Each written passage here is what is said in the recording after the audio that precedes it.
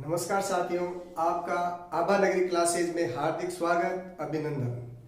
आज हम सरल समीकरणों से संबंधित बीजीय व्यंजक पढ़ेंगे। तो कुछ छोटे से 3 सरल समीकरण हैं, उनको आप देखते हैं, उन्हीं के आधार पर इन प्रश्नावली को करेंगे। पहला प्रश्न है, पदों की संख्या एवं गुणांक लिखिए। बहुत ही सिंपल प्रश्न है, आपको देखना है कितने पद है और पहले पद लिख लीजिए, फिर उनके गुणांक लिख लीजिए। तो इसमें कितने पद हैं? 1, 2, 3। तो पदों की संख्या इसमें कितनी है? पदों की संख्या 3 है। अब अगला क्या कह रहा है? गुणांक लिखिए। तो प्रत्येक का गुणांक कितना है? जैसे पहले वाला है 4x² y², तो इसमें गुणांक कितना है? 4 है। अगला क्या है? -4x² y² z², इसमें गुणांक क्या है? -4। हम यहाँ गलती कर देते हैं, माइनस के चिन्ह को नहीं लिखते और हमारा ये गलत हो जाता है। इसी प्रकार आगे क्या है? z² का गुणांक कोई भी अंक नहीं है, इसका मतलब किससे गुणा है? 1 से गुणा है। एकदम सरल प्रश्न है, गलत नहीं करना है, ठीक है। आगे, एक पदीय युग्मकों का गुणनफल ज्ञात कीजिए। एक पद है, उनका गुणनफल ज्ञात करना है। तो अंकों का गुणा होता है, बीजीय व्यंजक का गुणा होता है। तो अंक देखिए, इसमें क्या है? -4 और इसमें क्या है? 7। तो इन दोनों को मल्टीप्लाई करते हैं तो 7 चौक 28, और चिन्ह किसका आएगा? ये माइनस का चिन्ह, इस प्लस से गुणा होगा तो माइनस ही रहेगा। अब देखिए, अंकों को गुणा कर दिया, चिन्ह का हो गया। अब अपने बीजीय व्यंजक है तो p और p, तो p की घात कितनी हो गई? 2। q अकेला है तो q 1 आ गया। अगला सबसे सिंपल क्वेश्चन है, 4p को 0 से गुणा करना है। किसी भी संख्या को आप 0 से मल्टीप्लाई करेंगे, आंसर हमेशा 0 ही आएगा, तो यहाँ 0। अगला देखिए, a² इंटू 2a की घात 22 इंटू 4a की घात 26। तो हमें अंकों को गुणा करना है। तो इसमें अंक देखिए, इसमें 1 है, इसमें 2 है, इसमें 4 है। तो इनको मल्टीप्लाई करते हैं तो 4 दूनी 8। अब a कितने हैं? a को मल्टीप्लाई करते हैं तो a कितने हैं? तो काउंट हो जाएंगे, 26, 27, 28, 29, 30 और 20, 50। a की घात कितनी हो गई? 50। तो आंसर क्या हो गया? 8, a की घात 50। अगले बार क्या दे गए? गुणा कीजिए। ये तो एक पद के थे, अब दो पद की संख्या है, तो 2 पद में गुणा किससे करते हैं वो सीखेंगे। तो गुणा करने का तरीका बहुत ही सिंपल है। पहले वाला जो कोष्टक है उसका एक भाग लेना है और दूसरे कोष्टक के साथ में लिखना है। देखिए 2x, अब दूसरे वाला पूरे कोष्टक के साथ लिख लीजिए, x प्लस 3 प्लस x। अब क्यों यार, दूसरा अंक क्या है? पहले ये अंक ले लिया, अब कौन सा है? चिन्ह सहित लेना है, +5। इसको वापस 3 प्लस x, इतना सा काम करना है। क्या काम किया है? जो बाहर वाला कोष्टक है उसका एक अंक लिख दिया और दूसरे कोष्टक के साथ लिखा, फिर दूसरे अंक को चिन्ह सहित लिखा। यहाँ चिन्ह यदि नहीं लिखते हैं तो हमारे गलत होने की संभावना रहती है, तो दूसरे को चिन्ह सहित लिखना है और दूसरे वाले कोष्टक को साथ में लिखना है। अब जो कोष्टक के बाहर संख्या होती है वो गुणा में होती है, तो अंकों को गुणा करना है, बीजीय व्यंजक को बीजीय व्यंजक से गुणा करना है। तो 2 को 3 से गुणा करेंगे, 2 3 6, और बीजीय व्यंजक अक्ष है केवल। अब की बार 2 को अक्ष से गुणा करेंगे तो 2, और x और x क्या हो गया? x की घात 2। इसी प्रकार 3 को 5 से मल्टीप्लाई करते हैं तो 5 3 15, फिर प्लस 5 को x से गुणा करेंगे 5x। अब इसमें एक चीज ध्यान रखना है, सहजातीय व्यंजकों को एक साथ जोड़ते हैं, घटाते हैं, हल करते हैं। तो x², ये रहा अकेला है x², तो 2x²। अब देखिए यहाँ 6x किसका है? प्लस का, और यहाँ भी 5x किसका है? प्लस का। समान चिन्हों की जोड़, तो आप इनको जोड़ेंगे तो 5 और 6 11, प्लस के हैं तो प्लस के 11x। इसके बाद में अचर राशि क्या है? 15। तो इस प्रकार इसका गुणनफल होगा। आगे देखिए, सेम ऐसा ही प्रश्न है, तो इसको आप करते हैं।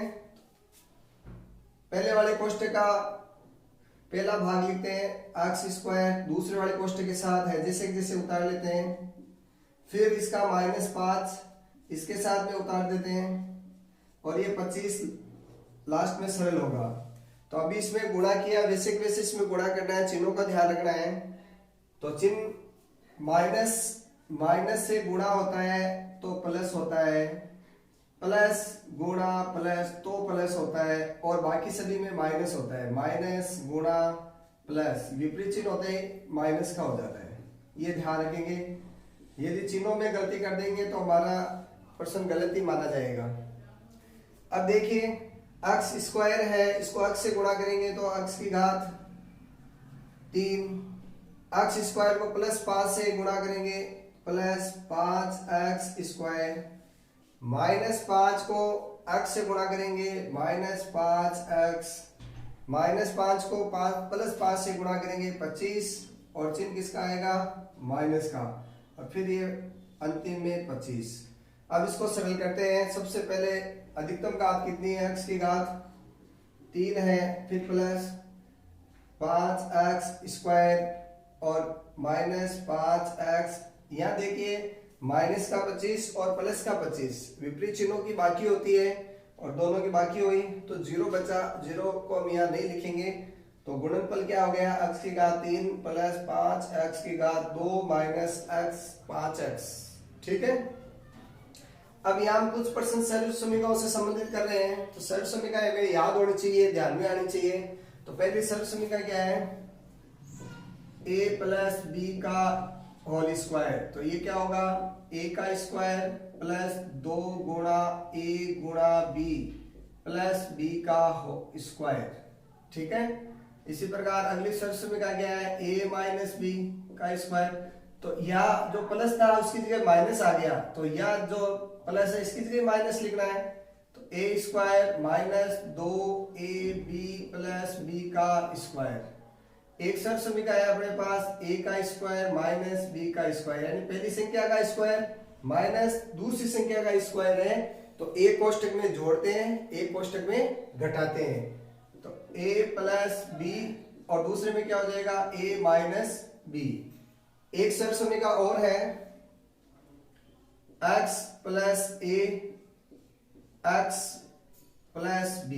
अब इसमें देखो केवल एक ही भाग समान है, तो इसका क्या हो जाएगा x स्क्वायर, फिर प्लस इनको योगफल a प्लस b और इसको x के साथ गुणा, फिर प्लस इनका गुणनफल, पहली और दूसरी संख्या का गुणनफल। तो इस प्रकार हमारे पास 4 सरल समीकरण हैं। इन चारों सरल समीकरणों को आपको सीखना है और इनका उपयोग भी सीखना है। जैसे पहला है b माइनस 7, तो b माइनस 7 के अनुसार कौन सी सरल समीकरण आएगी अपने, माइनस की चिन्ह वाली। दूसरी सरल समीकरण क्या है, पहली संख्या का स्क्वायर मतलब b का स्क्वायर माइनस 2, ये सूत्र का है, पहली संख्या गुणा दूसरी संख्या गुणा गुणा, ये देखो दूसरी संख्या 7। ठीक है, दूसरी संख्या क्या है 7 है, फिर क्या है प्लस दूसरी संख्या का स्क्वायर, तो 7 का स्क्वायर, तो b का स्क्वायर, अंकों को गुणा करते हैं 7 दूनी 14 माइनस के 14 और ये b, फिर 7 7 49, तो आंसर क्या आ गया b square minus 14b plus 49। किसी भी संख्या का स्क्वायर हो वो हमेशा प्लस में ही होता है। ठीक है, आगे बढ़ देखो, पहली सरल समीकरण लगेगी a प्लस बी का whole square, a plus B का होल स्क्वायर, तो पहली सरल समीकरण पहली संख्या का स्क्वायर 2xy का स्क्वायर, फिर प्लस 2 गुणा पहली संख्या 2xy गुणा दूसरी संख्या 5y, फिर प्लस दूसरी संख्या का स्क्वायर। ठीक है, अब देखिए अंकों का स्क्वायर क्या हो जाएगा 4, फिर x स्क्वायर y स्क्वायर, 2 का स्क्वायर तो 4 हो गया, और x का वर्ग करते हैं तो x का स्क्वायर और y का स्क्वायर, फिर प्लस इसमें अंकों को गुणा करना है 5 दूनी 10, 10 दूनी 20, यहाँ देखिए x और y 2 बार है, y की घात 2 प्लस 5 y का स्क्वायर, तो 5 का स्क्वायर अपने 25 होता है और y का y स्क्वायर, तो ये क्या आंसर आ गई 4x square y square plus 20x y square plus 25y square. आगे देखिए 49 माइनस एक्स स्क्वायर, यदि दो ही अंक दे रखे हैं बीच में माइनस का चिन्ह है तो हमें तीसरी सरसमी का ध्यान में रखना है कि भाई पहली और दूसरी संख्या दे रखी है उसमें वर्ग दे रखा है और बीच में माइनस का चिन्ह है, तो आप तीसरी सरसमी का काम में लेंगे। तो पहले ये सोचना है 49 किसका है, तो 49 7 का वर्ग होता है, तो 7 का स्क्वायर माइनस x का स्क्वायर। तो अब देखिए पहली संख्या का स्क्वायर माइनस दूसरी संख्या का स्क्वायर, तो एक में जोड़ा हुआ है और एक में घटाया हुआ है, तो आप एक में जोड़ दो 7 प्लस x और दूसरे में क्या हो जाएगा 7 माइनस x। बहुत ही सिंपल है, थोड़ा सा अभ्यास करेंगे तो सीख जाएंगे।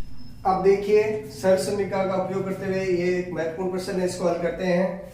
इसमें क्या है a का स्क्वायर माइनस b का स्क्वायर होल स्क्वायर है, तो इसमें कौन सी सरसमीका लगेगी, दूसरी सरसमीका लगेगी। अब मैं एक बार सरसमीकाओं को लिख लेते हैं वापस, a प्लस b का होल स्क्वायर, तो क्या होती है पहली संख्या का स्क्वायर प्लस 2 गुणा पहली संख्या गुणा दूसरी संख्या प्लस दूसरी संख्या का स्क्वायर। इसी प्रकार a माइनस बी का होल स्क्वायर है, तो यहाँ प्लस की जगह माइनस का चिन्ह आ जाएगा, a square minus 2ab plus b का स्क्वायर। एक सरसमीका है, पहली संख्या का स्क्वायर दे रखा है, दूसरी संख्या का स्क्वायर दे रखा है, एक कोष्ठक में जोड़ दीजिए और दूसरे कोष्ठक में घटा दीजिए इन संख्याओं को। एक सरसमीका अपने हैं x plus a x minus x plus b, तो ऐसी है।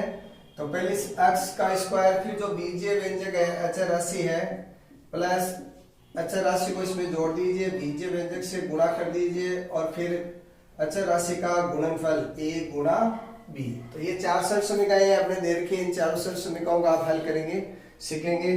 तो इसमें दूसरी सरसमीका लग रही है, क्यों लग रही है, क्यों a माइनस बी का होल स्क्वायर, तो ये अंदर कोई संख्या है इसका होल स्क्वायर है, तो पहली संख्या का स्क्वायर, ये तो इसका खुद का था संख्या का, हमने स्क्वायर ऊपर बाहर वाला किया है, 2 गुणा पहली संख्या क्या है a स्क्वायर गुणा दूसरी संख्या क्या है b स्क्वायर, फिर दूसरी संख्या का स्क्वायर यानी दूसरी संख्या क्या है b स्क्वायर और इसका स्क्वायर, तो करते हैं तो a की घात 4 minus 2a square b square फिर प्लस b की घात 4। एकदम सिंपल सा है, केवल अंदर स्क्वायर देख के हम भ्रमित हो जाते हैं।